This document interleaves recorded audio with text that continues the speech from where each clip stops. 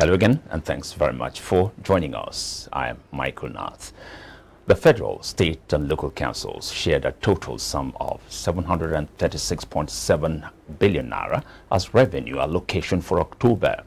The Director of Information Press Ministry of Finance, Budget and National Planning, FUELL, Mowete, disclosed this in a communique issued at the end of Federation Account Allocation Committee meeting on Wednesday in Abuja. The 736.7 billion naira include the gross statutory revenue, value-added tax, exchange gain, and augmentation from non-oil revenue. The federal government received 293.955 billion naira. The states got 239.512 billion naira, and the local councils collected 177.086 billion naira. The oil-producing states received 26.22 billion naira as the derivation, 13% of mineral revenue. The gross revenue available from value-added tax (VAT) for October was 213.283 billion naira. Now, Nigeria's excess crude account has declined by 89% in the last 8 years, moving from $41.1 billion in November 2014 to $472,513 in the same period of 2022. According to a statement by the Ministry of Finance, Budget and National Planning, the ECA's balance as at November 23, 2022 stood at $472,513.64. The account, however, has depleted in the last 8 years owing to lack of inflows, oil market vagaries, and the country's revenue crunch, according to economists. Meanwhile, the Federation Account Allocation Committee, FAAC, at its meeting, shared a total of 736.782 billion naira to the three tiers of government as the allocation for the month of October 2022. According to the Ministry of Finance, Budget and National Planning statement, from the statement amount, inclusive of gross statutory revenue, value-added tax, exchange gain, and augmentation from non-oil revenue, the federal government received 293.955 billion naira, while the 36 states got 239.512 billion naira. Local government councils got 177.086 billion naira, while the oil-producing states received 26.228 billion naira for 13% derivation. The Nigerian House of Representatives has stated that the international oil companies operating in Nigeria may be evading taxes by making capital allowance claims without the certificate of acceptance of fixed assets. This was disclosed during Wednesday's plenary session as the committee investigating the structure and accountability of the joint venture business and production sharing contracts probed Shell Petroleum Development Company of Nigeria, Total Energies, and First E&P. They noted that the CAFA certificate signified the basis of the capital allowance claims. The committee, chaired by Representative Abubakar Fulata, revealed that the taxes paid to the FIRS by IOCS were not sufficient, as the FIRS does not rely on stock certificate of crude oil and certificate of acceptance of fixed assets, he said.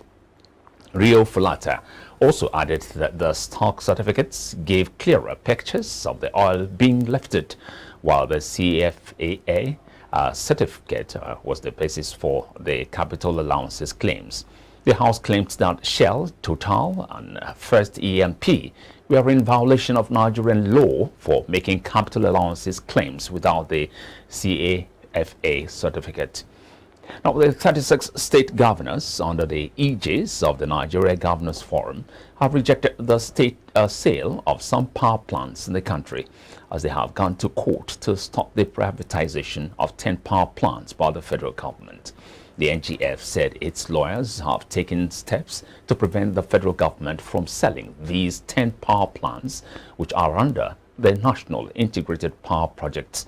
The Niger Delta Power Holding Company which is owned by the federal, states and local government councils, is a power generation and distribution company that oversees the implementation of the NIPPS. These disclosures contained in a communique issued and signed on Wednesday by the NGF chairman, Governor Aminu Tambuwal of Sokoto State, after the teleconference held by the governors on Tuesday, November the 22nd, 2022. The plants in contention, although the NIPPS in contention were not listed by the governors. The 10 power plants currently undergoing the privatization process include Benin Generation Company Limited, Calabar Generation Company Limited, Ebema Generation Company Limited, Bariam Generation Company Limited, and Gerigu Generation Company Limited, among others. The foreign exchange market was calm and the pressure on NAIRA eased on the back of dollar supply on Wednesday as the Central Bank of Nigeria unveiled the newly redesigned banknotes. After trading on Wednesday, NAIRA closed unchanged at 775 Naira per dollar at the parallel market, popularly called the black market.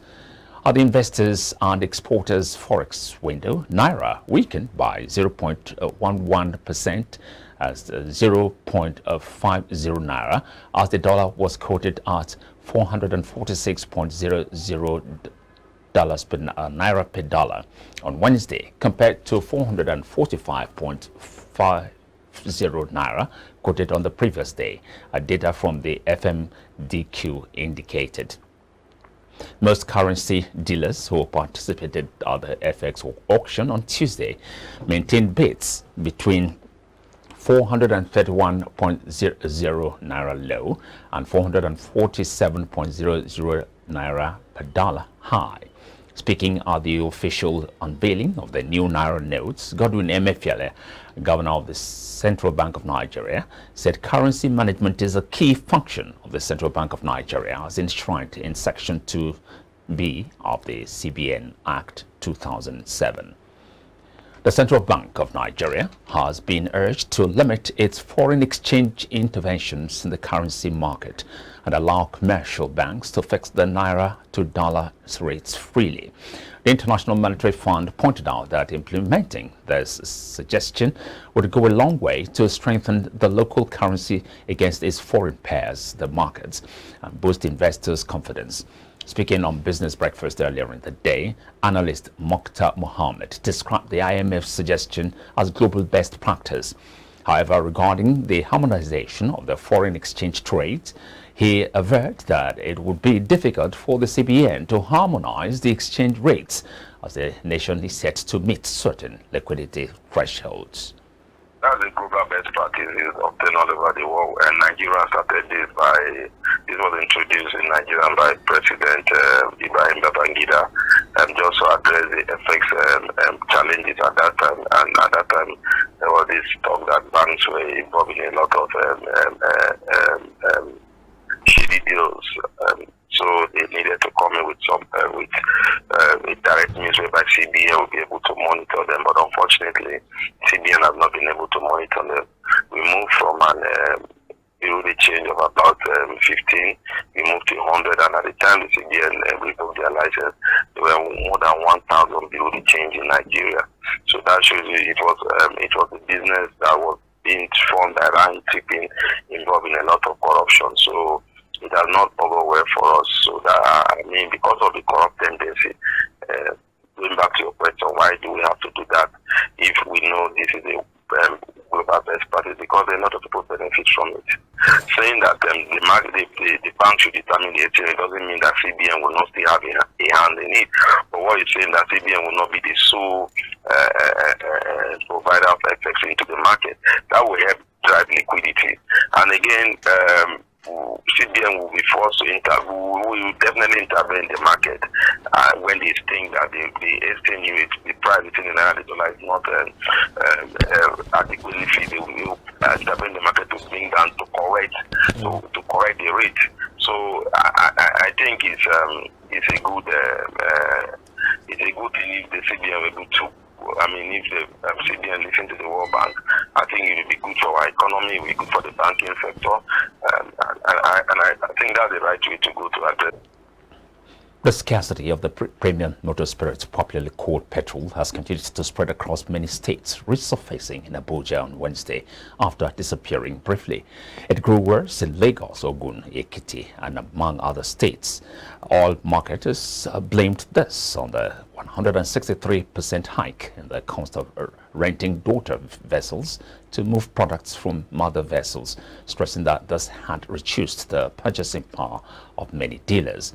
They also attributed the scarcity to a drop in PMS supply by the Nigerian National Petroleum Company Limited, the inability to access foreign exchange at the official rate, and the continued subsidy on PMS, among others. Long queues surfaced in Lagos on Tuesday as motorists spent hours at filling stations in their bid to purchase PMS. Premium motor spirit, popularly called petrol, now selling for between 200 and 250 naira in some parts of Lagos State. Ebuje Ikoria reports that motorists continue to face difficulties in getting the product, thereby spending more working hours on long queues daily. Different fuel stations across Lagos metropolis struggling to get the product. Some motorists said a litre of PMS now sells for as much as 250 to 300 naira per litre. Some commercial bus drivers said they are left with no choice than to increase the cost of transportation across the state. We are suffering in this country. Are you hearing me? We are suffering. This government have disappointed us. I'm telling you nothing but the truth. Look at inside petrol station, they are selling 250. Is it a good thing? God have blessed us, but how to manage it is our problem. The leaders is our problem in this country. We were carrying for 400 before, but now they are paying 700, 600. Me myself, I'm feeling it. I'm feeling it, my brother. I'm feeling it. If I'm 10 passengers, I pay 700 now. Some of them will be abusing me, but some of them understand what is going on in this country. How the thing is too much. We cannot continue like this. We cannot continue like this. I buy this one 1,250. With the attendant tell me says 250 per liter. So when I don't have choice, I have to buy it. I was even surprised. So the thing is too much. It's too much. From 165 to 250. It's getting too much. I don't know what we can do about this. Eh? We are even say to relieve us. Eh? They are even giving us more pain. It's very painful to us that what we have in this country, we cannot benefit on it. No other country like that, let them tell us the truth and what is going on. You know, every December in this way, we're suffering in fuel scarcities. We are not happy. I'm not very, very happy. I'm very sad on it, please. Queues for the purchase of PMS have resurfaced in filling stations across the country a few months after they disappeared. IbrandTV reporting for IBrandTV News. Still to come, dollar holds losses as a Fed minutes signals lower rate hikes. Details of this and more after this commercial break. Stay with us.